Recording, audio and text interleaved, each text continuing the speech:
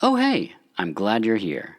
As a kid raised in a video store, even the times we weren't open felt magical.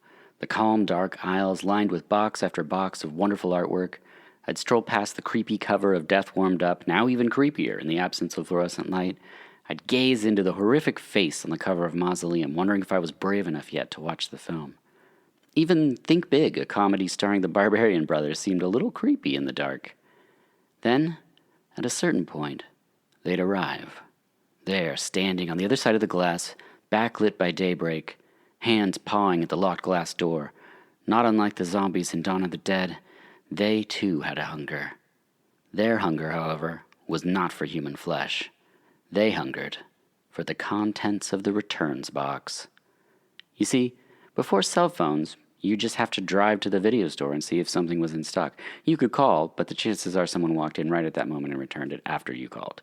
So the best luck you would have is if you showed up at open after a full night of returns had taken place.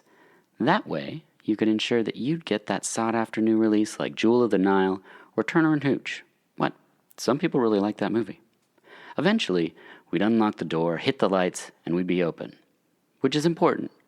To be open. Somehow that brought us to this episode. The film is Vibes, the guest is a psychic medium, and this is VH Us.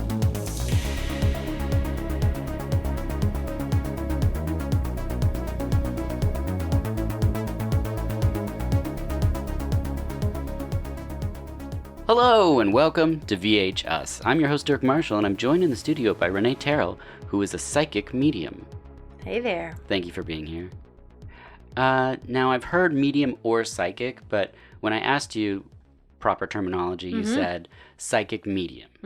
They're not two separate things? They can be two separate things. People can be psychic, but not a medium. Okay. Right? And, but more often than not, mediums tend to perceive things psychically, so they call it a psychic medium, which means that we're intuitive and we communicate with those that have passed. So I'm a trance medium or trance channel, which means that I can actually embody, the spirit and communicate with those in spirit. Okay. The psychic part of it is that we can also pick up things about people's life, things that are going on, but that we can also pick up the communication from those in spirit through different intuitive or psychic channels. Okay, so how would they be separated? A psychic would be... So a psychic can be like what we consider a fortune teller. I hate that terminology, but it works, right? Yeah, where we're intuitively looking at life and everything that's going on. And a medium? Medium is an individual that is the spokesperson, right? The kind of channel through which individuals that are in the spirit world can communicate to or through. Okay. Is it wrong to say that a psychic could see things in the future and a medium would see things from the past, or is that just not so much? Yes and no, because mediums can pick up, and different types of psychics, because there's different kinds, we can pick up things that are in past, present, and future. Okay. So the medium term is more so that we're communicating with people that are deceased, right? Right. The psychic part is kind of the intuitive part of what's going on. Okay. Yeah. I got it. Cool. I think that there's a lot of maybe misinformation or poor representation in this field. Absolutely. Everybody's calling themselves a medium now. Yeah. Yeah.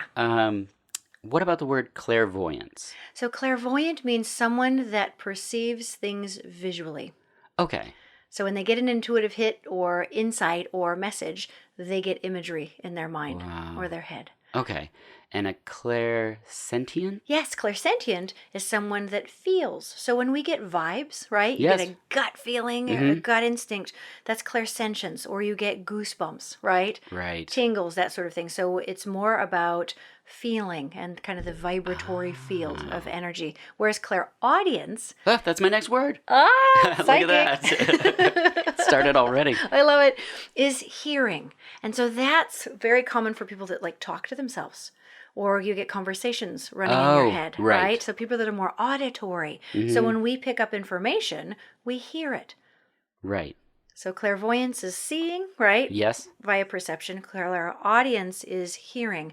Clairsentience, think sensing. Right. So feeling. Oh, fascinating. People can find out more about you on your website, askrenee.com. Yes. You are Renee Terrill on Instagram. There's an underscore in There's between. an underscore. Renee Terrill. Psychic Renee on Twitter. Yep. And Ask Renee on the Facebooks. Yep. fantastic. The reason I'm joined by Renee is because we're brought together by the film Vibes, which you've already said Vibes. So yes, we have. perfect. Go figure. I love it. At the time of this recording, Vibes can be rented at Movie Madness in Portland. You can find the DVD on Amazon. Sadly, it's not on Blu-ray yet.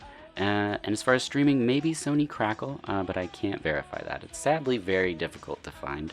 The synopsis is psychics Sylvia Pickle and Nick Deasy, great names, are hired by a mysterious man to find an ancient treasure in South America. As they trek through Ecuador, their supernatural skills lead them straight into danger, disaster, and romance. When the ancient ruins unleash an evil paranormal power, Sylvia and Nick must join forces to save the world. That's pretty much it. Yeah, it was fun. That's the whole film. Was this a first-time watch for you? Yes, it was. I enjoyed it quite a bit. Fantastic. It's always a plus when I find a movie that the guest enjoys. Sometimes it should be fun. Not the case, but you know. Hey, homework is homework. Yeah. I chose this for two specific reasons. First, I loved Jeff Goldblum. As a kid, I was like, this is someone I identify with, all his strange, quirky roles that he played. Absolutely. I just thought he was wonderful, and I was the perfect age for Cyndi Lauper's singing career. Oh, so, goodness sakes. yeah. And boy, she was hot in that movie. Oh, yeah. I mean, this is peak Cyndi Lauper. And also, because I was a strange kid, I had a weird love for Columbo. So this movie had a trifecta for me. Who would think? Peter Falk is amazing. He is. Secondly, it's a really great opportunity for me to speak to you because you have positively impacted many people in my life, including my wife, who said it was okay that I talk about her experience speaking with you, which was huge. Awesome. And also a number of our friends over the years. And something that is that maybe we'll touch on later, I'm not sure, but we might as well just cover it now. Some of the things that you said to people came true years later. And then they realized, like, oh my gosh, this was something that was said to me when I was talking with Renee. That gal said something. Yeah. That which it's pretty incredible. It's kind of wild. And every single person's story was pretty much they were very similar. They entered your room, your office. There wasn't any sort of probing questions and things like you see. We don't sit and ask their whole life story and regurgitate it back to them. I'm getting that you went to elementary school. Like there was none of that. I'm getting that you're alive and you're breathing. Yes. You drove here in a Toyota Tercel that's parked outside. Right. There was none of that. In fact, most people said you just started talking and then they all had an experience that if I think boiled down to one word would be therapeutic. Oh, good.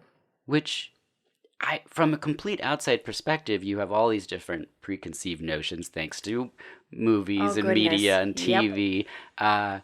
And then I would get goosebumps every time people would tell these stories because the skeptic brain tries to be like, no, it's not possible. Sure. And then you're like, how is this possible? And then you're like, just like, this is amazing. And then to see it positively impact people's lives is pretty incredible. That's wonderful. I call it cool but weird. Yeah. Because I think that's I'm great. very logical and yet spiritual. I'm very much of kind of a practical, scientific realist. Yeah. That's logical and yet very sensory, very right brain, very spiritual. And so one of the easiest ways to look at what it is that I do or any great intuitive, or channel, medium, psychic, etc., healer does is our senses provide the keys, kind of the channels, the ability to perceive that which we normally aren't perceiving, that which is beyond us. And it's where the information lies that we need. It's not in our head, is it? Right. It's beyond us somehow. And we all have different terms for what the beyond us is, whether that's spirits, whether that's God, the force, the universe. And because we're all connected by energy, it's fun how physics even starts playing into it too. Wow. It's it's just, I feel like I just discovered the tip of the psychic iceberg. The tip of the iceberg, but it's wonderful, and I love helping people, so. Yeah, it really was, it's been incredible to hear all these different stories, and then when this opportunity came up, because I love this movie, I was like, Sarah said you could, see if Renee would do it. Absolutely. But I had built you up in my head as like, impossible to reach this person. Sure. And then you were just like, oh yeah, sure. It's fun. What is this? Why you not? Like fun? Yeah. And that's so wonderful. And that is why, if anyone's listening and knows that I'm a silly guy, I won't be asking any crazy questions like if all dogs go to heaven, or I can answer that. or if dinosaur ghosts can talk to us, Or if we die in terrible outfits, do we wear those outfits forever? Oh, I think we should ask all of these. These are all big, great. important concerns. I mean, what if you die on Halloween? I mean, who wants to be a sexy bee forever? Right. I mean, some people. Yeah, that's true. Some people do. Might. But what if you were like the back end of one of those 2-person horse costumes, and the first person lived? Did you just be a back of a horse forever? Oh no, but that's hilarious. No, but they would have to keep coming up in people's readings as that, so they would know who it was. Right.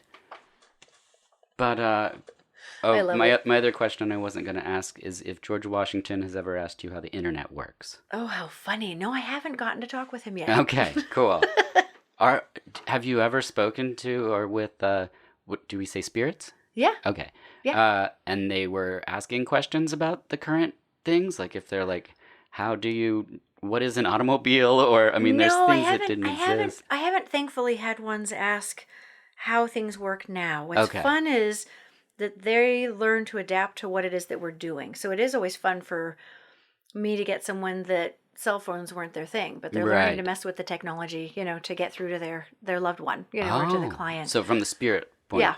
From a spirit point of view of it. So I haven't had it kind of reverse engineered, from the other direction. But so people have things that they're looking for that are occurring in their life, like there's signs. Okay. There's little notes from loved ones. I know, it makes it more fun, right? Oh my gosh. How we get these little cues all the time, not only just from our own instincts and intuition, which is like a good internal guidance system, right? Sure, yeah. GPS that we've got, but that we also have individuals that are in spirit that nudge us from time to time just to make sure that we know they're there, or that they're okay, or that things are fine, including our dogs. And yes, they all go to heaven, by the way. Okay. So. Well, that's great. A lot of people would be very relieved to know that. Yep, and we get to see them all later too. That's even better. Oh, so. That is a peace of mind for everyone listening, I think. Some of the people who contacted you. So some of the people that contacted you, it was an entire family, and some were in person, and some were over the phone.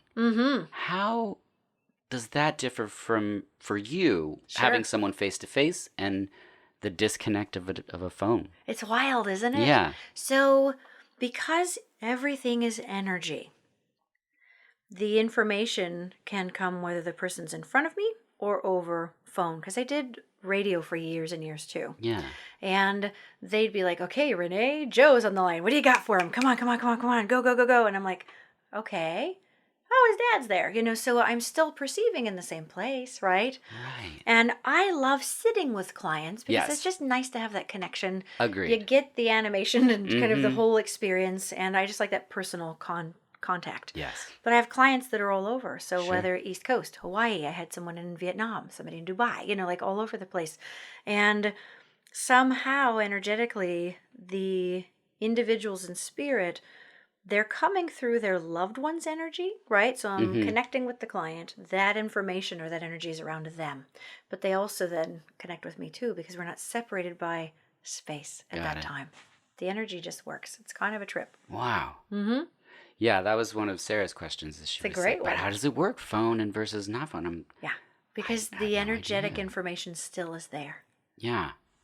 And we're tapping into kind of that universal consciousness, right? That life essence that's everywhere too. So, and sometimes though, it's because clients are saying, I'm going to be talking to that lady. Go see her.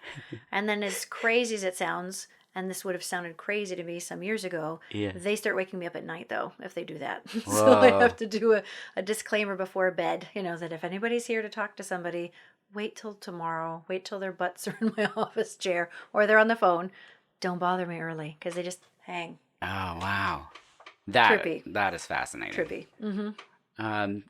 Before we get into vibes, let's put it in context really quick because we have a lot to talk about. So I'm going to skip through this. Okay. But the director, Ken Kwapis, directed Follow That Bird in 1985, Vibes in 88, Dunstan Checks In 96, Sisterhood of the Traveling Pants in 06, which a lot more people have seen, License to Wed in 07, and He's Just Not That Into You in 09. He's done a ton of TV. You pretty much name a show, he's worked on it over the years. Cinematographer is John Bailey, worked on Ordinary People in 80, The Big Chill in 83, Silverado in 85, Brighton Beach Memoirs in 86, Vibes in 88, Groundhog Day in 93. Wow. Divine Secrets of the Yaya Sisterhood in 2002.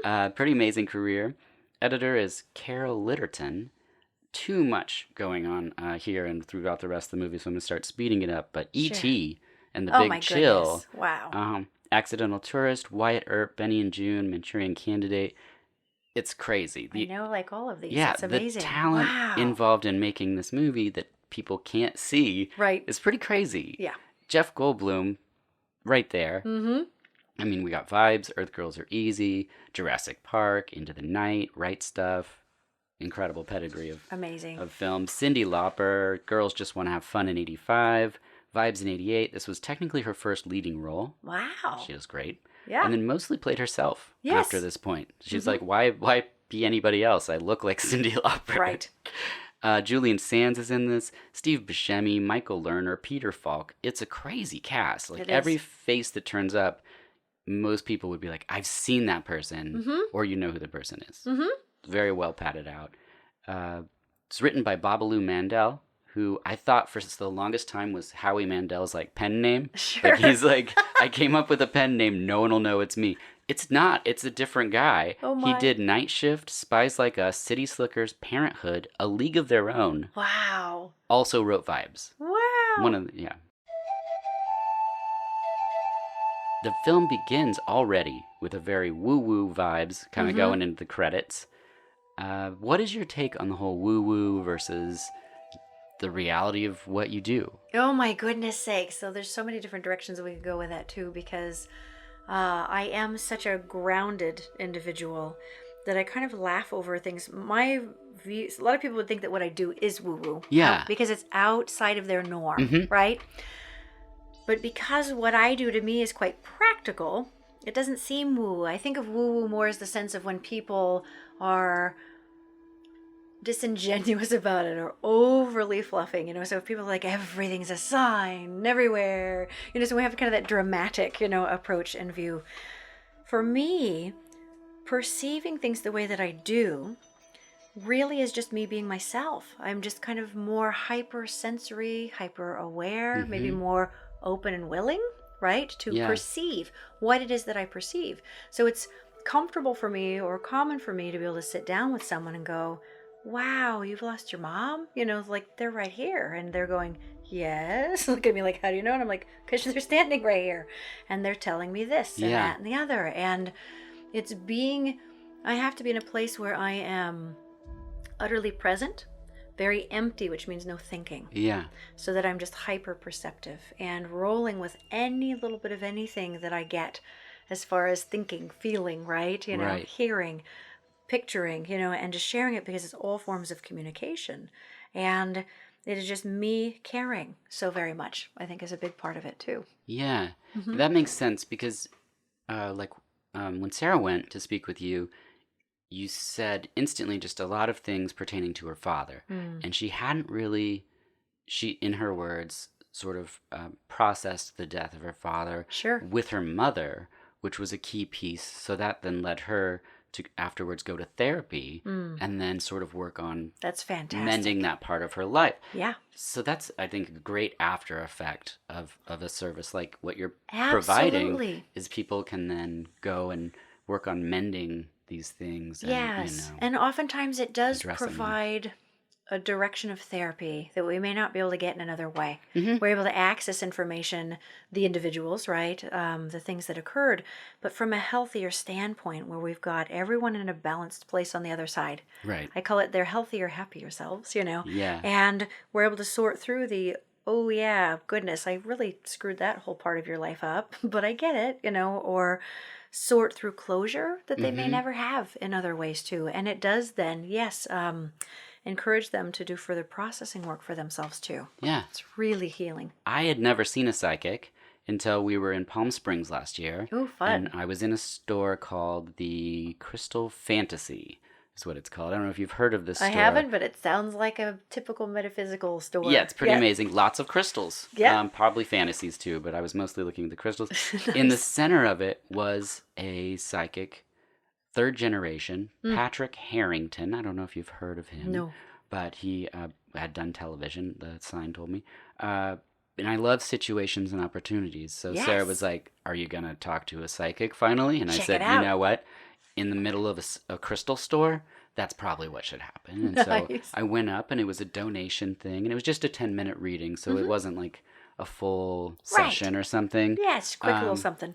And I didn't know what it was going to be. And he was a lovely gentleman, and he rang a crystal triangle and swung it around my head, and I put my hands around a basket full of crystals. He read my palm. Wow. And I walked away thinking, what a great experience. It was all Yes. positive Yes. things he was saying, nice affirmations and things. But it was just a little light up in the middle of my day. I was like, I see why people would do this all the time if how it's even fun. a sliver of like what that world is. Absolutely. Yeah. Yeah. So It opens our eyes to new experiences, and it's always wonderful, most especially when they're positive. yeah. We need more of that in the world. Padre mío. No! Shut up, Juan! We then in the film see people making some kind of trek to a special occasion. The men start desecrating a temple, and one man murders a Sherpa, which is just terrible. Oh, I got upset when they were Yeah. desecrating the temple. Poor too. form. They Yep. uncover a glowing triangle. One man touches it and begins speaking in an ancient language. Intitati. Kai hinatachu. Nik chusunki. Yeah. And then vanishes. The other guy tries to stop him and is thrown back.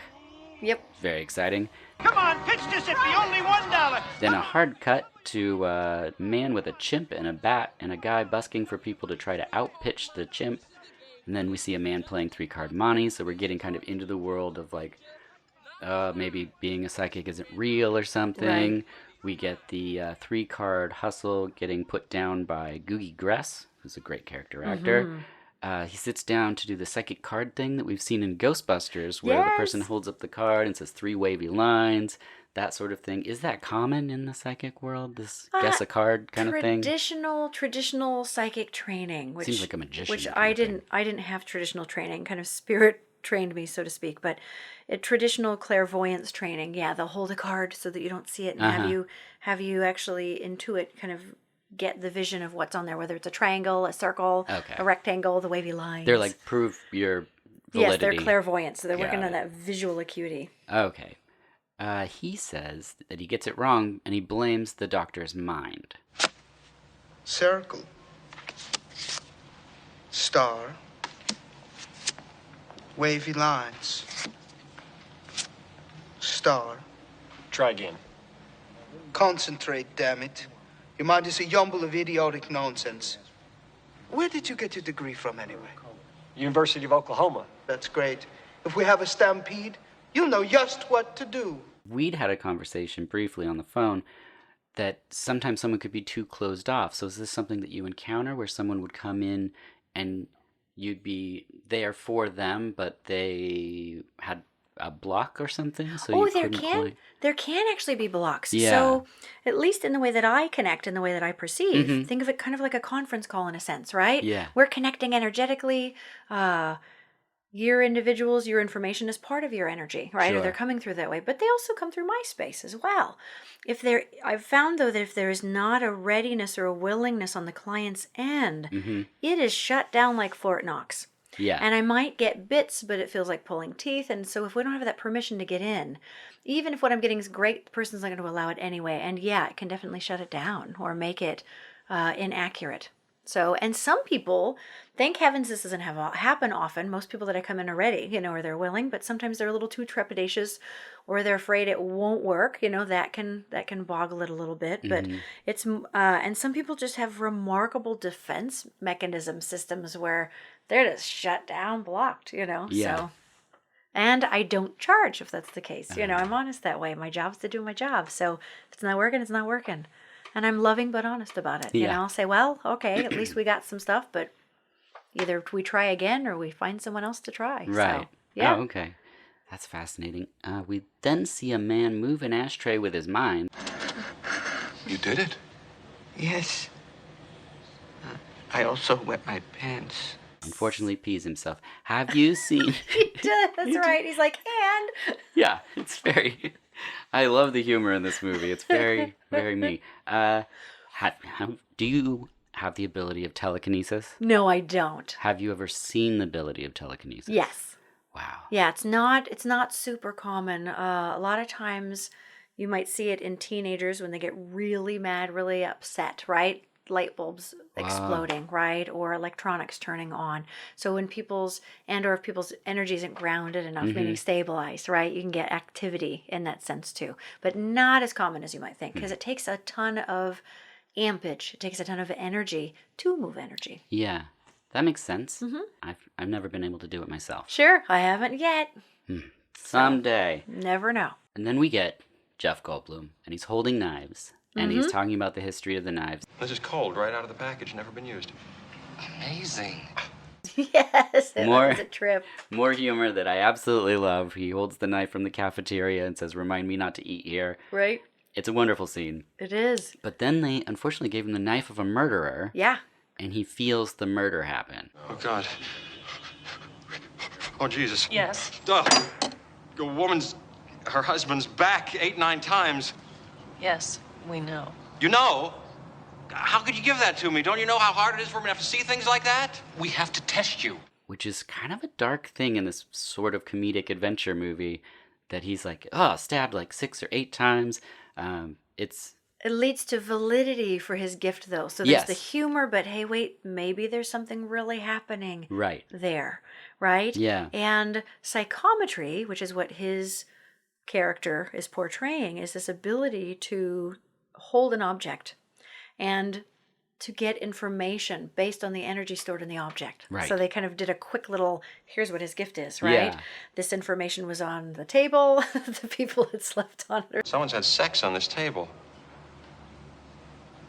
Thank you very much, Mr. DZ. That will be enough for today. The 2 doctors look at each other like, whoops, okay, we're done now. Yeah. And the murder weapon, knife, right? Having the information or that imprint of information on it, yes. So you can, with psychometry, you can hold somebody's keys and do a reading based off of that. So it's connecting again with that energy. Would someone bring like the an object of the loved one they want to hopefully speak to? They can do that. Yep. Does that Can work? do that. Yep. And we can all, and it also can be done with just holding something for the current client if they're wanting information for their future, right?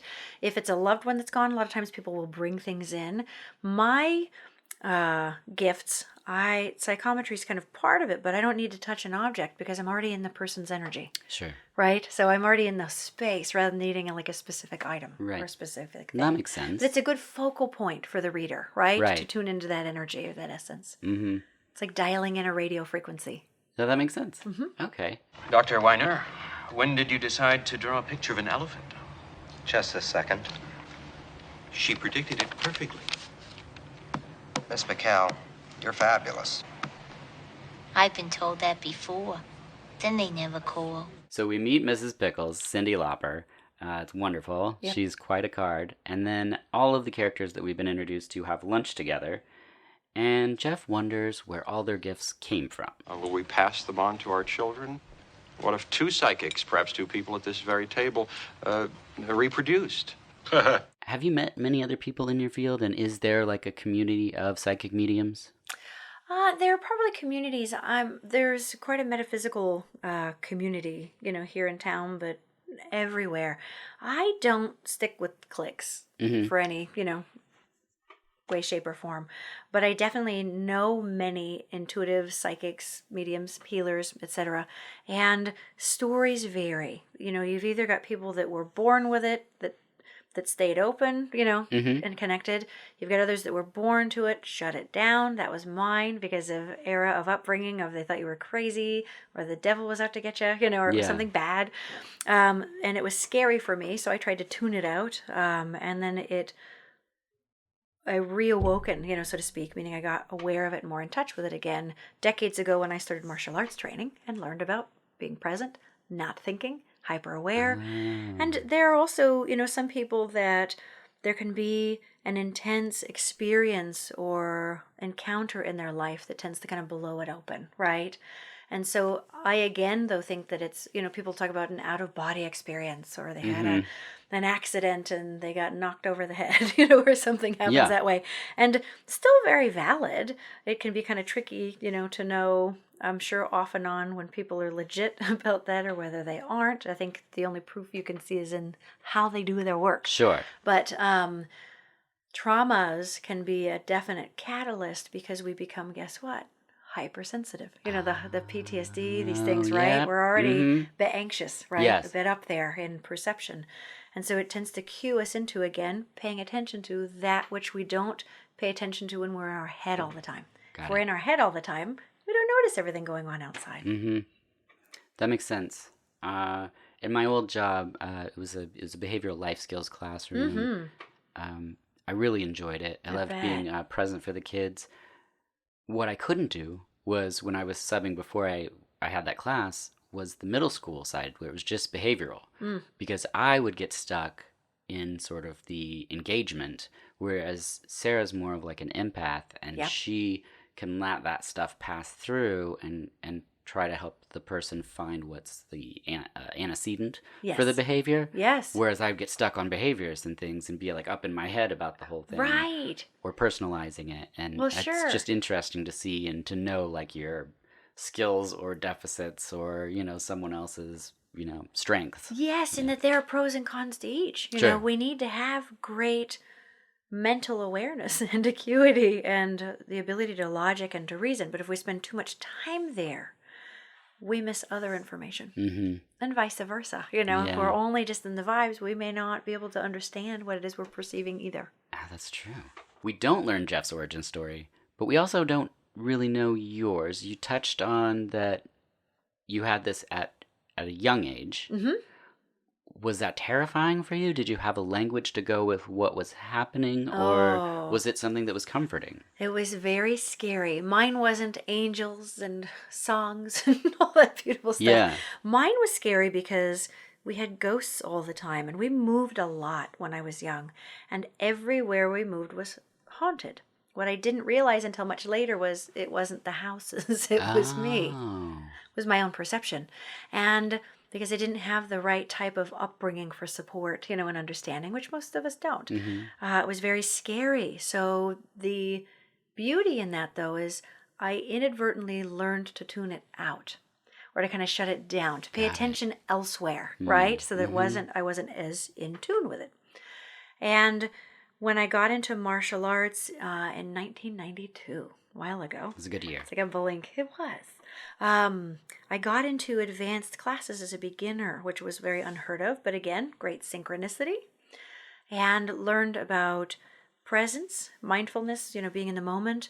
Started learning about working with energy from the martial arts standpoint. Isn't that interesting? Sure. And emptiness, you know, which is being able to be present with no thought. You know, pure oneness, you know, letting things be what they are. And when you're in that type of space, you become more hyper aware. So that, with the energy training and such as well, I started noticing that I was perceiving things that didn't make sense, but I got intrigued by it. Yeah. And not too long after that, I saw a medium named Rosemary Altea on Larry King. You know, I just happened to be home one day, and wow, there's this gal talking to, you know, on this news channel about mediumship. Yeah. And I identified with her a lot. Now, growing up, I used to love watching Unsolved Mysteries, and I'd be like, oh, there's a little boy ghost. And there'd be like, and there's a little boy ghost that they always see. And I was like, that's a trip. Or the bad guy, you know, I'd be like, this is bad. They killed her and did. And then they'd be like, and here's what happened. Here's you the know? reveal. No idea that was anything, right? But by the time I started noticing that things were happening, once I was into my martial arts training and stuff, it allowed me to kind of intuitively help people. And I started doing actually intuitive work at the time. It took a couple of years after that to realize I was actually doing mediumship work too. Because I had this idea of what it should be like. You know, I should be seeing the person, they're talking to you like I see you, and it doesn't always happen that way. It varies depending on who comes in and how they communicate. Wow. So, very fun. I guess that keeps from having the same day. I was just going to say, not boring. Right. Never boring, because I never know what to expect. I always have new coworkers. Absolutely. To whom were you speaking? To you. No, I mean just before. You were talking to somebody? That's Louise. She's my friend in the spirit world. I'm talking to somebody. Lunatic. Cindy has a friend in the spirit world that she speaks to. So she is a, correct me if I'm wrong, trans medium? Yep. And are you a trans medium? Yes. I thought you said that at the beginning. Does that mean that you have one person, or the people can change? The people can spirits? change. So a trance medium is someone that can be in a meditative or hypnotic state. And actually communicate directly with the actual spirit. And or that the spirit can actually be embodied, meaning that they can actually sit in and communicate through you. And I do both. Now, there's kind of the psychic or intuitive medium end of it where sometimes people are just getting the information, but they don't always know where it's coming from. They get data, right, that they're then sharing.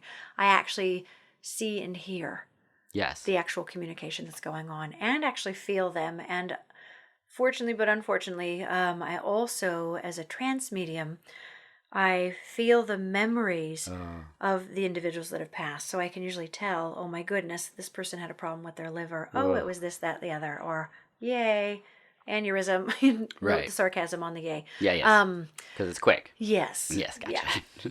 And so I'm embodying those memories and that essence, that individual. They're using my energy, my battery, my space as a vehicle for the communication.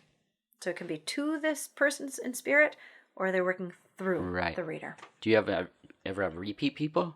I do. I have people, and I'm not a dependency breeder, you know, of a reader. Did not mean to make that rhyme.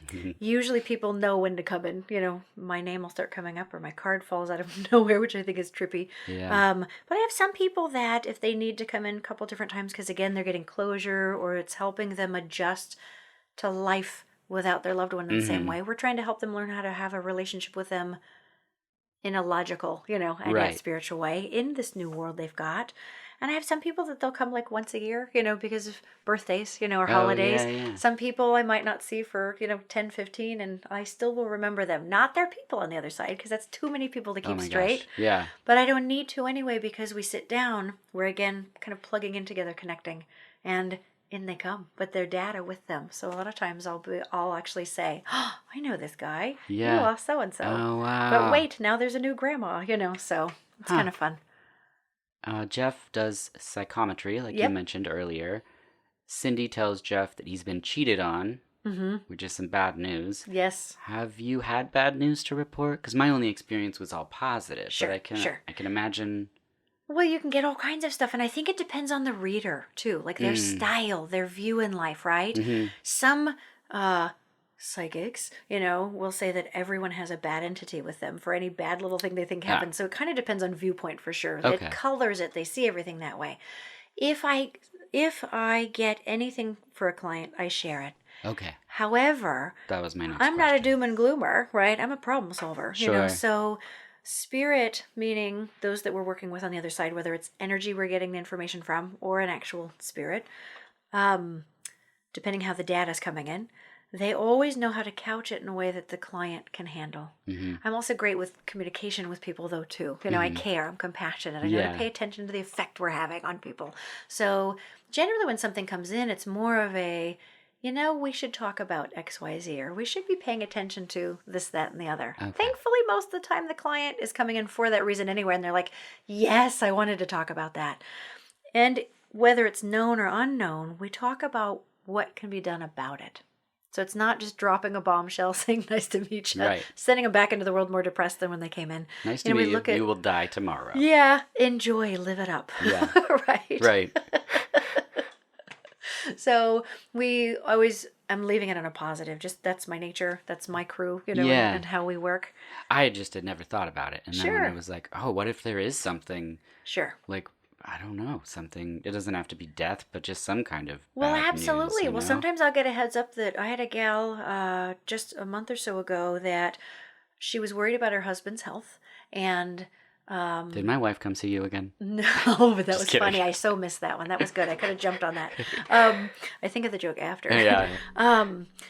And she had come in, and he just hadn't been looking like himself or feeling quite right. And she had a sense something was the matter. And their loved ones in spirit said, get him into the hospital, check his heart. He's got a problem with his heart.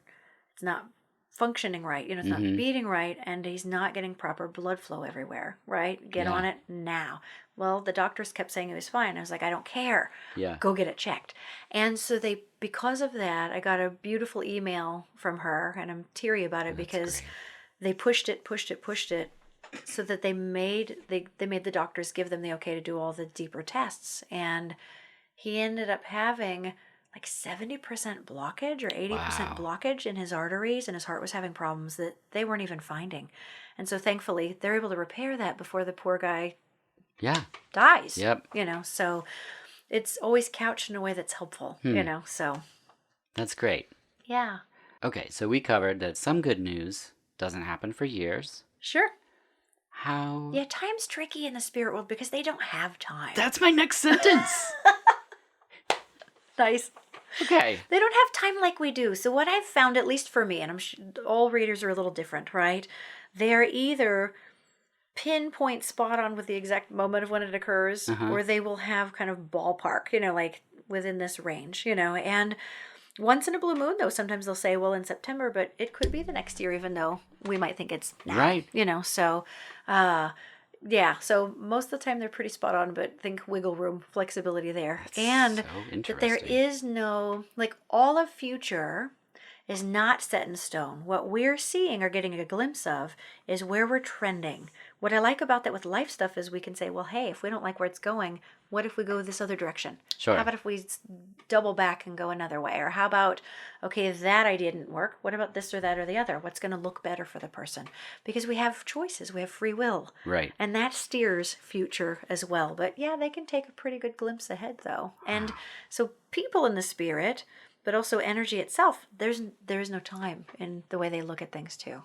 Yeah. It's kind of like a deja vu moment, right? We get those glimpses ahead. I always think that it's our loved ones have that. They're already in that glimpse ahead. They're ahead of us a bit. Come on. Touch it. Get some of those vibes you usually get. No. I do not wish to sacrifice my humanity in order to be used by people as a walking Ouija board. Jeff decides to leave being a psychic. He's done with it. Over. And you mentioned that you kind of walked away from it at a certain point. Is that difficult to do to quit your ability? Oh, goodness sakes. So I really understood that part in the movie because everybody wanted him to do the dog and pony show everywhere he went. And I have to be careful with who I hang out with and how often because it's always me then working. This is the entire next 4 questions that I have. Ta-da! Efficiency, right? So it's really tricky oftentimes having caring boundaries, loving boundaries and feeling on demand all the time and people wanting this, people wanting that, people wanting the other. And back to the part about turning it off. Well, I don't know that we ever can. I can take private time. I can direct my awareness from it. I can be not as open, right, and in tune because I open more when I'm going to be connecting with people. So I can have private time and private moments aside from, like I said, at night if I don't forget before bed to tell people to wait. Yes. But it can be really difficult for people that are great with their gifts, and really honed in. Some it takes more training, some it's just right there, all of which is fine. But that demand is very tiring when you're wanting to do more.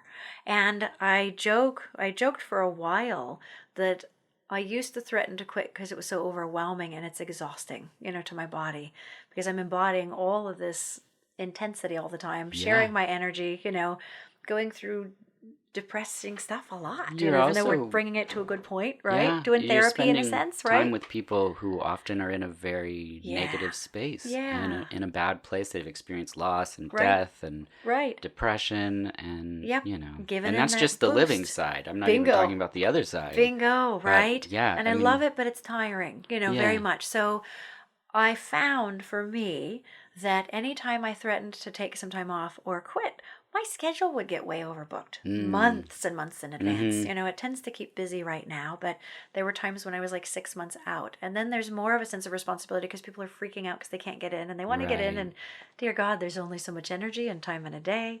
But without personal boundaries to make sure that I'm okay. I call that my princess care. I have to make sure that I'm taking care of myself. This was another question. So I can do the work that I do. If I'm not resting enough, if I'm not getting downtime enough, if I'm not kind of offline enough, right? Yeah, the self-care part. Exhausting. Yeah. It's exhausting. I have to eat a particular way. I have to make sure that I call it what I'm feeding myself. And I tell this to students too, because I help those that are waking up with their gifts, right? Sure. Understand what's going on and to be able to use them to help themselves and other people.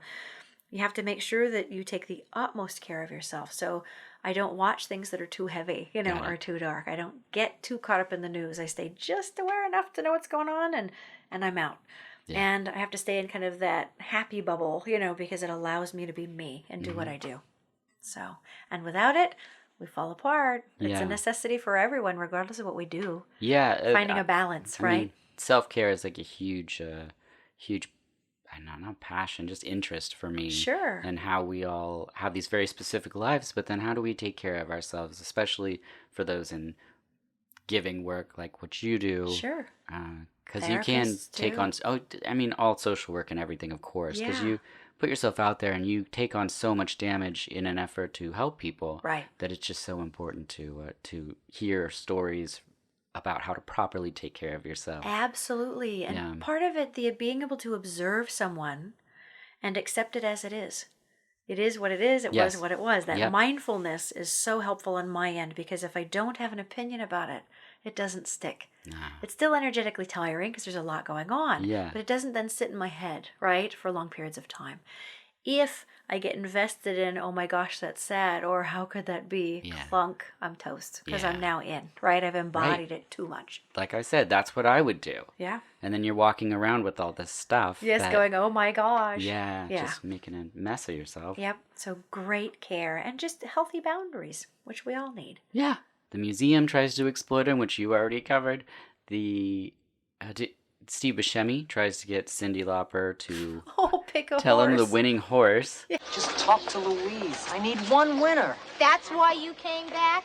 So Louise could pick you a horse? Oh, sweetheart, I came back because I love you. He wins, and then he leaves with another lady. Dubs her. Oh, it's so what a awful. Jerk. Then Jeff confronts Hillary, and she delivers an incredible speech. What I did was 100% wrong. Now, I'm not prepared to endure an emotional bloodletting over this. So I think you have two options. You can choose not to forgive me, in which case a long-standing relationship based on common interests, lovely memories, and a not inconsiderable physical attraction would be wiped away. Or you can rise above this, and we can construct a happy and fruitful life together. The choice is yours. Now, which will it be? Yeah. And then he leaves her. So the movie's pushing these two people together. Cyndi arrives home to find someone there, and it's Columbo. Talk. Okay. My name is Harry Buscafusco. I'm here because I need a psychic, and I read your ad in the paper. May I ask, why do you keep a shotgun in your apartment? It's not really mine. An old boyfriend left it here. Why does he keep it? I don't really know. You don't ask a guy named Ice Pick too many questions. Now let's get down to brass tacks. Why'd you break into my apartment? I love Peter Falk. I do too. He offers her a job to find his son for $50,000. Oh, goodness. Which goodness. Oh, again, look at what money was worth then, let alone that'd be a lot now. Yeah. So. It's true. Yep. Have you ever worked with the police for missing people investigations or anything of that sort? I have. I quit that a long time ago because it just was too intense. The responsibility is so great. Most often what you get, we're either dealing with family that's not ready to hear what you've got yet, right? Not wanting to lose hope, which is really hard when it's not great outcome. Yes. Not all police are open and savvy, so I've had kind of resistance that way, even if a family's wanted me in. But I do, so I don't work directly with them anymore. I do, however, end up doing a lot of problem solving that way when clients come in for session. So I actually, just this morning, had a gal and her daughter come in because her brother was murdered. And they don't come in saying, hey, my brother was murdered. Can you tell me what you got? Right. I'm sitting there going, oh, you've got this sweet grandma. Oh, look, we've got, and a mother-in-law. Look at that. And we're talking to her for a bit, and I'm like, did we lose a brother? There's a guy back here saying he's your brother. And then I start walking through going, oh my, right? Dun, dun, dun. And it comes. It's like the knife in the psychometry scene. Yeah, no kidding. And so kind of walking through that, and then most often the clients, the physical, human, living clients don't always have answers as to what's going on. So they're coming in because they're trying to make sense of it. Yeah. They want to definitely know that the person's okay, but they're wanting to know, nicely timed, they're wanting to know that not only the loved one's okay, but more details about what happened, for that information. And so oftentimes we're doing the answering of those questions in session 2. Isn't that wild? Yeah. I mean, it's funny because really everything that you say, I'm like, that's wild. It is wild. And I call it cool but weird or cool but wild because it just is. Because I really am. When I was younger, wanted to be a nurse or a doctor. So very scientific, medical, mind-oriented. And or, of course, a singer, which I still sing. That's one of the things I do for me because I love it so much too. That's true. And people can find that on your website as well. Yeah. Yeah, which is one of the things I found where I was like, I didn't know that this was out there. And you do shows. I do, yes. Yeah. I just had one on Friday. Oh, congratulations. Yes, How was it? It was fun. It was wonderful. Do you do standards or originals? I do standards. I do early, Hollywood music. Okay. So think like the early Hollywood movies, those early types of standards and such.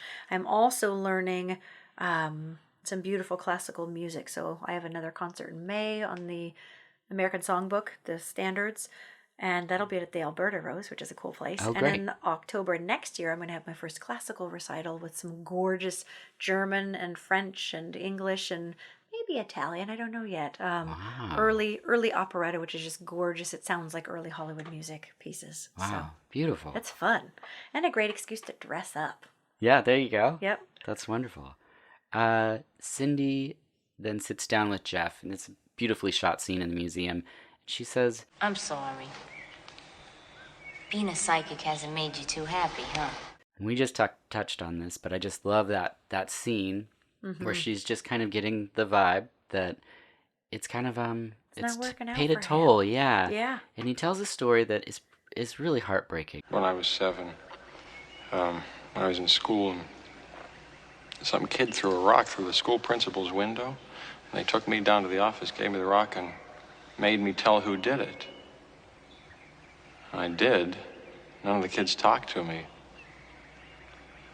I don't think they were mad at me. They just looked at me like I was a freak. And I think any kid that's felt different, it's a painful thing because you can feel that isolation and that loneliness. Kids can be really cruel. Absolutely. Yeah, and it's just... Kids and people. Goodness sakes. Yeah, well, they grow up, I think, to be cruel people. Right. But you have the ability to connect to people. But do you ever feel like this ability pushes you away from people? Oh, it definitely can. Yeah. Goodness sakes. Because of the variety and the vast difference in people's belief systems, comfort zones for sure, right? Yeah. Their mentalities... It can be very, very difficult just being open. And, it's the joke that I'd come out of the spiritual closet a long time ago, but it's because Spirit pushed me out of it. They pushed me into TV and radio without me seeking it out right off the bat. So it was deep into the pool before I even knew it. You weren't looking for celebrity. No. And I could be even more in the world that I am now, but I keep that balance so that I have a life, I love it, yeah. And it's difficult oftentimes you don't want to be the bad guy. You don't want to be weird. You don't want to be different. You don't want to be judged. Thankfully, at least in my profession itself, I've been very fortunate and maybe very protected by Spirit, I would guess, too. And I think it's also, though, because I'm so honest and genuine. Sure. That I very rarely tend to get, thank heavens, and not that I want any of them, hecklers or, judgy, crazy people. Yeah. And even if I've had people on the far other extreme end of things that are atheists, I've even had some come in because maybe a family member had them come in. Although now I tell people, if they're not ready, don't send them. But even they will go, okay, I don't know how you did what you did. Yep. And something's going on here, and I'm still not believing it, but you seem cool. Yeah. Because I'm at least honest about it. And that's why oftentimes I am on TV or radio, because I'm an everyday person. Yes. I'm not, totally, in the bangles and all the costuming and, overly doing and the dramatizing. And you didn't bring a crystal ball. I'm just a person. Yeah. I do have one at one of my offices, but it's more because it's pretty. I don't use it. I love crystals. My daughter loves crystals. I do too. They're I don't lovely. know if they're transcendental facilitators or not, but I think they're great. All things are made out of energy. They definitely have different energetic components that you can utilize them for. And you did mention earlier when we were talking about all dogs go to heaven. Sure. I would always assume psychic mediums would be, for some reason, I don't know why, but I would assume that they would be something very removed from any type of religion or anything. Oh, sure. But I'd imagine people of all faiths come to see a psychic medium. Yes, they do. So great question. And it was difficult for me because when I did bring up as a kid that I was seeing things, that didn't go over well. Right, imagine, yes. Embarrassing the family, and I'm making stuff up, and crazy, So hence that was one of the reasons why I stuffed it. Yeah, right. Sure. And it was scary. There were ghosts everywhere. Yeah. It bothered me all the time, and so most often we even think about psychic mediums as working more with people, but we can pick up animals too because they see themselves as people. Isn't that fun? Wow. So they can still communicate too. They can just use imagery, right? Feeling, maybe not words in the same way. Yeah. So with different faiths, the actual medium themselves don't necessarily have to have any kind of particular belief. They can be agnostic. They can be definitely religious or have that background and upbringing because I think that gives them a foundation for it. For understanding it. Most often we're quite spiritual, which means kind of a loving understanding, right, of connectedness with the divine, whatever people call that. Client-wise, those that come in, fortunately, those that are in spirit, doesn't matter what they believe or what they think. It's hilarious when I get somebody that was an atheist or very scientific that comes in from the other side, or they were very pragmatic or just too practical, and those are funny on the other side because they'll come in and ask like what the F we're doing this for, or why are you spending your money talking to a psychic, and I laugh my butt off in session, but the client goes, that would be Dad. Like clients themselves, generally there is at least some kind of spirituality or hope for it, but a lot of times I get people that religion hasn't worked so well for them, or they're upset with God because of life, that has happened, or death and this and that. And it gives them a new type of connectedness with whatever their belief is, more of an expansive view that's positive. Yeah, that's beautiful. So, yeah. Wow. The next sequence we get is Cindy talking about how she didn't always have her gift until she fell off a ladder. And bonk. I was in a coma for 2 weeks. When I came around, there was Louise. Is that a common birth of a gift, or is it like, it's more like you said earlier, where they always think that there's a triggering event, but maybe she just wasn't aware? Yeah, I actually think that it's probably underlying already, right? Maybe it jostled some things or just got her paying attention in a different way, right? Might have realigned some things in there, though, too. She bumped her head. Yeah. She also says that she can astral project. Is that an ability most psychic mediums have, or is that something entirely different? It's a whole different thing. It just depends on the individual, and that is being able to travel out of one's body. Right. Right? So, and a lot of people do that in dreaming, right? Sure. Was in that sequence in the movie, too. And that just varies person to person. So it's a particular skill that can be developed. Got it. They travel to a small town. Columbo hands Jeff a shirt, and he runs around talking about the vibrations. It's definitely the place. This truck's been here before. Very strong vibrations. And then realizes that it's not his son's shirt. Right, like, hey, wait a second, buddy. This has been to a lost Incan city. Let's see your friend. Nick, puppy, it's just not a good idea. Because there was never a friend and you're still lying to us? No, it's just a hospital parking, and who knows when the visiting hours are. Fine. Tell you what, count me out of the whole thing. Right, and then Columbo confesses. Jeff says the shirt has been to the Incan City, but he needs to go visit the man in the hospital. So my question for you is, have you ever had to travel to a hospital for a session? I actually have. Wow. I was actually going to say no, and no, I actually have, because I've dealt with, so in person to hospital, those that were dying, right, Yes. or sick, and communicating with them or getting information. And I've actually had sessions where a client will come in to my office because we need to connect with somebody in a coma. Okay. Which is a whole nother trip, Yeah. right? So, yeah. Has that worked? Yeah, it's Whoa. really wild. And even weirder and quite emotional, one of them was a client that I'd had before. I knew the person that was in the coma.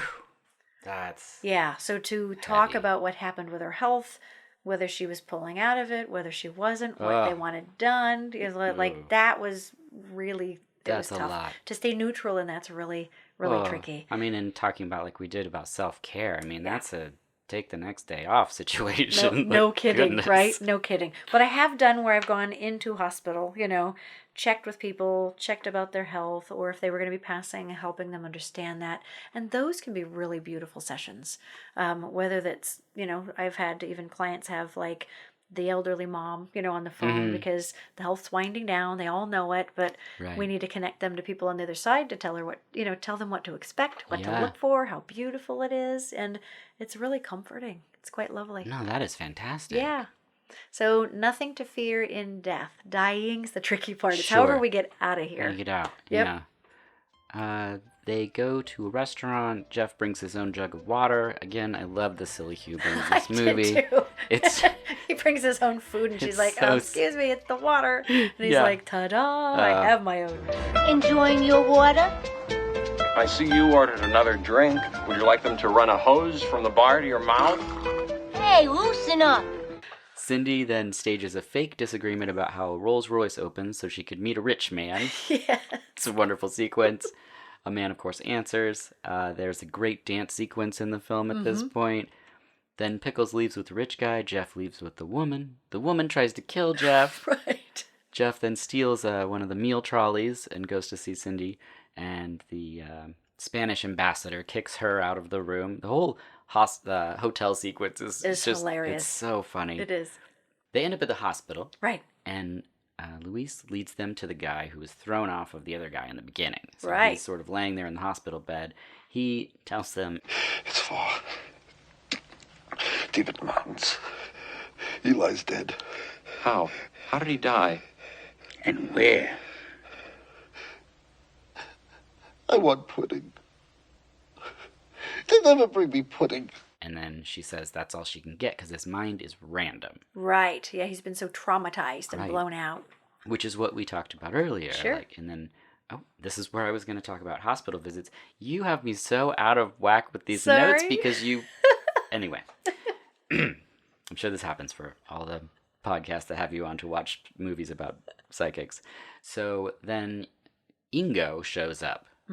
And tries to dupe them. She out-psychs him by contacting his mom and singing a song in his native language. And freaking him out, which I just delighted, and I thought it was awesome. She wants you to let us all go. And give us all your money. Shut up, Välsignelse sig i kurdarnas spår. Mamma, han döjar hans gyllene hår. Där blomstrar den makt där han går. And I bet you probably have so many moments like that where something comes out, because like you said, you're not judging. Right. So things can come out and probably have pretty profound emotional effects with people. Absolutely. So true psychic mediums, and you were kind of alluding to this before, the client comes in and tells us nothing. Right. So the client sits down, we see who shows up, we communicate with them, we then share. So this individual's personality comes through, information about them, simple messages, about life and what's, oftentimes what's going on in the now, because it's our work is to help provide validity that there's life after death. It brings comfort and closure. And so them being able to share things about themselves that I can't know, but the client understands. Yeah. It's just them being them coming in and communicating. It's like if we were all having coffee or tea, right? And every day, like it's that way where I'll hear something and say, wow, they're talking about this, that, and the other. And I'm like, really? And they're like, yes. I had a client just yesterday that Snoopy kept popping up in my head, and I'm like, that's random. I'm not thinking about Halloween yet. I'm not there. But Snoopy kept popping in my head. And it was because she had lost a brother, and Snoopy was her thing when she was a little kid around this guy. That's why it was popping up. Yeah, so you can get, and other times though, you get wilder things where I had a couple sisters come in. Their mom popped in from the other side. They told me that there was another sister they had that was supposed to have shown up to the session but didn't. And the sisters were like, yeah, that's right, which I don't have their information, right? And then she proceeded to tell me about a tattoo that one of the gals in the room had just gotten that the other sister in the room didn't even know about. There you go. So it's fun stuff. Yeah, no, I've heard from people I know, like nicknames that you knew. Sure. Just all these probably very basic for you, but mind-blowing things for all of these people. Things that may be subtle to me can be Right. profound to the Like, client, I mean, right? like the song she's singing, she doesn't necessarily know. Right. Maybe it'll be a distraction, but she doesn't know it's going to emotionally move him. Yeah. You know, it's Yeah. it's And fascinating. notice she looked a bit hypnotic or a little tranced out. That's Yeah. the trance part. So it's a light hypnotic or meditative state. Got it. And we can go deep into that hypnotic or meditative state too. So Well, like I was saying about Sarah's experience with you, some of the things you said were things that I wanted to hear. So then when she came back and was talking to me, because we were going to go so that I could meet him because he was ill. Sure. I really wanted to meet him, but we didn't get a chance to. Right. But then you told her that he likes your husband, me, and he likes him because he makes you laugh so much. He's funny. He likes funny. Yeah. Yeah. Is what you said. And when she said that to me, I was like, that's what I wanted, like more than anything. And I was like, I feel like I should pay her now for this. Like it's like a twofer situation. But he knew. He knew Yeah, what it's crazy. you needed to know. It and was wild. It's remarkable. Yeah. Yeah. Yep. They know. Wow. They know. Clients do that all the time. They'll bring up, I'll hear something, bring it up, and the client will go, oh, we just were talking about that before we got here. Yeah. We were talking about that yesterday. But again, it just shows us they're there somewhere. Wow. So they know what we need to hear. Have you ever had a famous person show up in a room and not know why the famous person's there? Yes. So in my generation of upbringing, you used to hear oftentimes about the psychics that could communicate with Elvis and Marilyn Monroe. Yes. And That's my question I wrote down. No, I'm not kidding. It says right here. That's what's popping into my head, so I'm using that as an example. Has a famous person ever been there? And the person is like, ask my papa if he misses me. And then you say, someone else is here, it's Elvis. And then they say, does he miss me? And you say, yeah, your dad misses you, but don't you want to talk about Elvis? Right. No, that's hilarious. So, 2 quick notes on that. So I was always, growing up with the mindset that most often when people said that, it was bogus. Especially in the 80s and 90s. It was like, no, not happening. But one of my earliest sessions, I had Ricky Nelson come in. What? Not kidding. And it took me a minute to remember who, what his name was. Yeah. But I'm like, this is trippy, and I know I'm going to sound really crazy because I'm not a weirdo. Like, I'm not one of those people that say I do stuff I don't do. Yeah. And I said, he sings this, and he sings that, and sings the other. And she was like, yeah. And I'm like, well, he's here. And she's like, oh, okay. What's he wanting to say? Yeah. So I'm like, I don't know. So I'm listening. And he wanted to thank her for being so kind to him at a time in his life that he was so depressed and felt so rejected by the world because everybody wanted him typecast in 50s versus modern, and this and that and the other, and just went on, and turns out she went down and spent time with him in Baja, California, because she met him through someone else. I had another gal's son, though, bring Elvis into a session, I swear, but this kid is a heavy metal kid, the guy that's on the other side. So it's not like he came likes in Metallica, with a pompadour. Right? Yeah. This kid likes Metallica. He brings Elvis into the session, and I went, okay, your son just told me to tell you that he saw Elvis, and I'm cracking up because I'm like, this doesn't fit. She said, oh, good, I asked him if he'd seen him. What? But I've had like George Harrison, Jimi Hendrix, like it's trippy. And it's these trippy. are they're usually connections somehow to Yeah. the client, and sometimes it's because a friend or a loved one of the physical living client, they may know those those people remotely. Wow. Or they like that musician, or it's kind of a trip. Yeah, that is so weird. It's mind blowing. Okay, there it is. There it is. On the track, Luis is saying go this way. Cindy says he's trying to protect them. Mm-hmm. Are channels or spirits that you've channeled like popping in and out of your day-to-day life, or do you have the ability to compartmentalize them so you're not like grocery shopping and someone's like, you were gonna get carrots? Oh yes, no, I compartmentalize because I found a long time ago that if I don't, they're always trying to work me, and I could be in the line to check out, and cute elderly lady, and in comes her husband, and I'm like, I'm not talking to her. I'm not doing readings at the store. They're gonna think I'm nuts, and I also don't want to accost someone with information, let alone it's so emotional anyway. Sure. Like I don't know where I kind of joke that I'm the West Coast medium. I'm not an East Coast medium. That's funny. So it's not about me doing a show, for everybody. I'm there because I understand kind of the ethics, the boundaries, and I need a private life too. Right. But it's rare that I get, one of them up there going, don't buy that. Sometimes I'll hear that though, and I'll be like, fine. You don't need that. All right. Whatever. Pizza again? I can't have pizza. They go with Nick's direction. They put up a camp, connect. They almost have a romantic moment. Nice legs. Thanks. You've got, you're very... what are you doing here? Then they... Of course, interrupted. Yep. The stone starts talking to Nick. It flies out of his hand. He returns the next morning. Unfortunately, Columbo gets killed. Harry! There's no gold in that city. You're wrong. It's something else. Gold, the room of gold, I swear. If I'm lying, may God strike me dead. And then Julian Sands shows up. Harry is dead. And so is the subject. And now let's talk about something I want to talk about, the location of the lost city. And reveals that they're all in cahoots in this whole situation. And off they go to find the lost city. Right. At gunpoint. The bad guys take over. Jeff says, I'm sensing something not human. The presence of something not human. Not human? Oh, stop. You're scaring me to death. And these are things that I think are often lumped together. Aliens, psychics, multiple dimensions, maybe even Bigfoot. All of these things are thrown together. And do you think just because they're things that aren't easily explained, or... I think that's part of it. And I think that we're also dealing with physics again, where we've got different planes and dimensions, right? Energetic frequencies, right? So we think of everything that's beyond us or beyond understanding. And I do think those get lumped in there together too. Okay.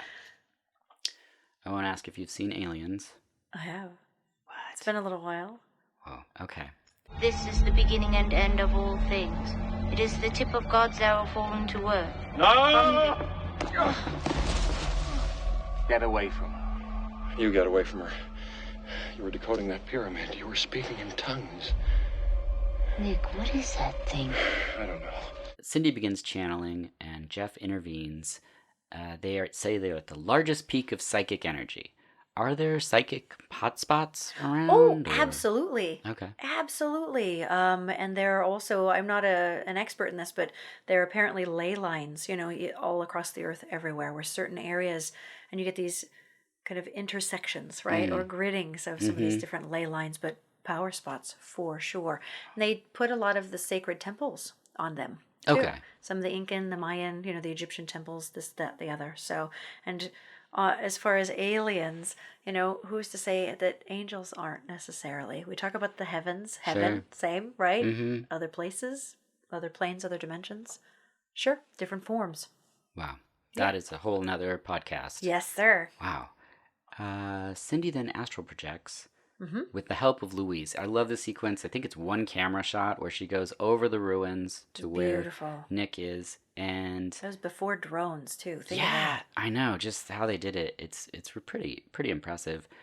Nick does a few direct quotes from the hitman's dad. Hi. Burrito. Burrito? Only my papa ever got me burrito. I know. I'm sort of in contact with your papa. Bullshit. I don't know how it got there, but to get your sister's head out of the toilet or I'll crack your ass the other way.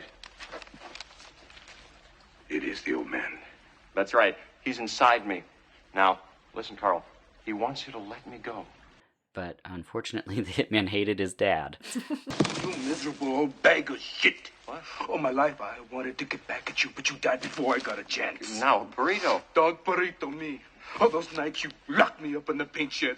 I was scared to death. Sylvia? I hate your guts. Here's for the paint shed. And then Nick kind of fools him by saying that he really did love him. But I think we're led to believe this was fake. Right, he was correct. He's not actually doing anything psychic in the moment. Correct. Jeff then tries to free Cindy. She knees Julian Sands in the groin. Harrison. Yes, Sylvia. For Harry. She takes off, and the hitman is still alive and shoots Nick. Unfortunately, he's wounded. Cindy comes back and touches the pyramid, and she speaks in tongues in this moment. Why in titatay kay hinatacho ni Chusugi. Sylvia, let go. Om Mani Padma Kedolia. And Googie is melted, unfortunately. Julian Sands, I'm just burning through these as we were pressed for time. Julian runs and is crushed by a giant head. Right. I thought that was hilarious. Pretty great. Yeah. Luis ejects from Cindy to save her. She goes into the light and is gone. She took all that energy upon herself. There it is. Yeah. She took all the energy upon herself so that Cindy's character would be spared. And then her gift is gone. Mm-hmm. So she thinks. Yeah. Oh boy. Right? It's coming up. Other than this extreme, is it common for a medium to lose their gift, or is it something they would have to, like, shun? It would take quite a lot of work to not have the gift, in my opinion. And the light just flickered when I said that, which is another yes. Little power surge there. Nice timing. Yeah. So one would have to really, as you said, kind of tune it out, shun it, compartmentalize it, kind of go away from it. We can have it kind of more quiet in the background or a little more pending, but stuff's still going to pop up from time to time. Right. Yeah. They return to the hotel. They get cleaned up. Cindy says Luis moved to a higher spiritual plane. Do you know how many planes there are? Oh my gosh, no. I probably should know this, but there are a lot. Okay. Yeah. Nick holds her glass to read her, but she didn't touch that glass. So then she hands him the cup she did touch. They embrace. He lays her in bed. She hits her head, and suddenly, someone's there. Oh my God. It's Harry. Peter Falk character. And sadly, we never got Vibes 2. Right. But I would have loved it. I would have too. It was the perfect jump off point, right? Like kind of into the next movie. Harry's here. And from an outside perspective, Sure. I feel like they handled the subject matter of psychic mediums for a comedic adventure film really humanely. They did. Thought, like you said, really beautifully. They really quickly differentiate them from the 3-card Monty people. Right. I think that's what that example was. Like, you're supposed to think, oh, it's fake, and then they really quickly say, no, these people have these abilities, and they can do these things, and now they're going to go on this adventure. Yes. Which I think is nice. It's beautiful, and that they were everyday people. Yes. That these extraordinary things were happening too. Mm-hmm. And how as everyday people, they had to learn to manage and deal with it. Yeah. So, such is life in the world every day, isn't it? Yeah, exactly. Any final thoughts for Vibes before we move on to my favorite ending questions? Oh, wonderful. No, I thought it was a wonderful movie. Oh, great. I loved the humor. I thought it just was fun. It was very fun. Well, I'm glad I didn't give you something stressful for your for your self-care time. I'd that's have going watched to it distract. anyway. Yeah. Are there any, this is a ridiculous question to ask you, but common misconceptions about being a psychic medium? Absolutely. Clients think that we know everything and that we should be able to read their minds. And it's not the case. We are receivers. Mm-hmm. And so I actually let clients know now that I've been doing this so long to remember that I'm the new kid in the room. I'm just receiving all of this stuff. So if something doesn't make sense, let me know so that I can ask for more information or get more information. But I'm usually the one catching up, piecing it together after, because my brain's not there in the way. I don't know their people. I don't know their stories. I don't know their life. And it's not even that I need to, as long as I know they get what I'm getting. Mm-hmm. But there is this odd every once in a while where people will get overly analytical, that everything needs to be exactly the way they think it ought to be. But unless you're a medium, it's a little hard to do that too. Sure. Yeah, but we don't know everything, and we don't necessarily read minds. I inadvertently do at times. I don't mean to. But I think that's just being into picking up the questions. Yeah. Oh, exactly. Sure. That's been a real trip. It's fun. It's super fun. What is a good day like for a psychic medium? Oh, it's beautiful. It is loving. It is empowering. It is healing. I love the light work of reuniting people, creating closure, helping individuals know that their love doesn't die, and their loved ones don't either. The connectedness is there somehow, and being able to bring that bit to them, but help them in their day-to-day world. Again, look for the signs, know how to communicate, have that connection for themselves. Mm-hmm. I love that.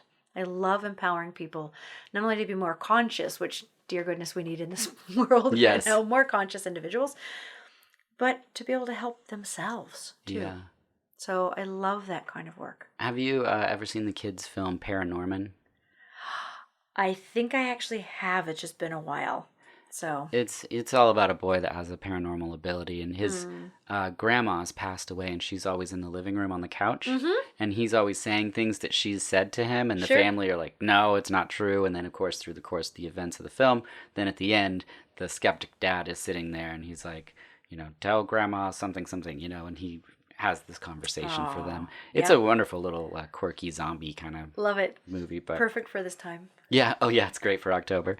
What is, unfortunately, a bad day like for a psychic medium? Oh, goodness sakes. If something is just way too sad, right, or intense. So traumatic passings, dealing with little kids that died, is kind of rough. But I think even rougher is when you get someone that already has their mind made up that it's not going to ever be enough, whatever comes through. If they're not ready and they're not open, because it ends up traumatic. It ends up like pulling teeth, and it doesn't matter the miracles that even come out of it, and they still negate it if they're not ready. That's torture. But on the other end of it, dealing with traumatic passings that are just horrible. Yeah. So, and it's unfortunately life. Sure. So we take it bit at a time and then try and bring some good light in there too. That's great. Yeah. What advice do you have for someone who thinks they might have a gift or an ability? Absolutely. That's a great question. I love it, because I think that we all have the ability, all people have the ability to be extrasensory. We all have gifts of different types. We have different abilities to perceive more than is just in our head. And so making sure their self-care is paramount is so important. The other thing, meditating is really crucial. So downtime, whether it's guided visualization or just mindfulness, we need time to unplug. Yeah. Disconnect, get away from things a little bit, That's create true. that space for awareness, right, and connectedness, but also to seek out, hopefully through good reference, right, good classes or good books, good podcasts, good resources to help them understand it more. Because the more we have information for the mind, the more relaxed the mind is in allowing the experience, and the less afraid we are, and the more beautiful we find it to be. It makes life easier. Makes life much easier to have these gifts. Yeah. That's fantastic. Yeah, it helps us find our way. Yeah, I think we all need that. Which brings us to the last question. Sure. It's my favorite question. Okay. Renee. Yeah. What are your dreams like? Oh, my dreams, meaning when I'm asleep dreams, Yep. right? Well, Yes, please. different connotations. Yeah. So mine vary all the time. So it depends again on if I'm getting woken up all the time, whether from spirits or my Yorkies, because they like to get up and down a lot. Small bladders, I think. Although sometimes they get more active when stuff's going on too, and I think they don't know why. Oh. Dogs can be extra sensory? Or pets are for sure, because their mind isn't in the way telling them they shouldn't be perceiving it. So they feel a lot, right? They're sensitive to energy. Even our own moods, right? Sure. They change, like wondering what's going on if we're stressed. And so, but my dreams themselves vary. Sometimes I'll get visits from people, but most often it's just kind of common subconscious dreaming where it's bizarre stuff all mashed together. Not work dreams per se? So not too much, thank heavens, because again, I would never get rest, would I? Yeah, that's good. It means you're not having stress dreams, which means you're doing good job with your self-care. Working on it. So it's a work in progress. That's fantastic. Sure. Well, Renee, that brings us to the end. Thank you so much for being here. Thank you. Yeah, thank you for watching Vibes. I appreciate fun. it. And this has been incredibly fascinating. I'm so glad. Thank you. Thank you very much.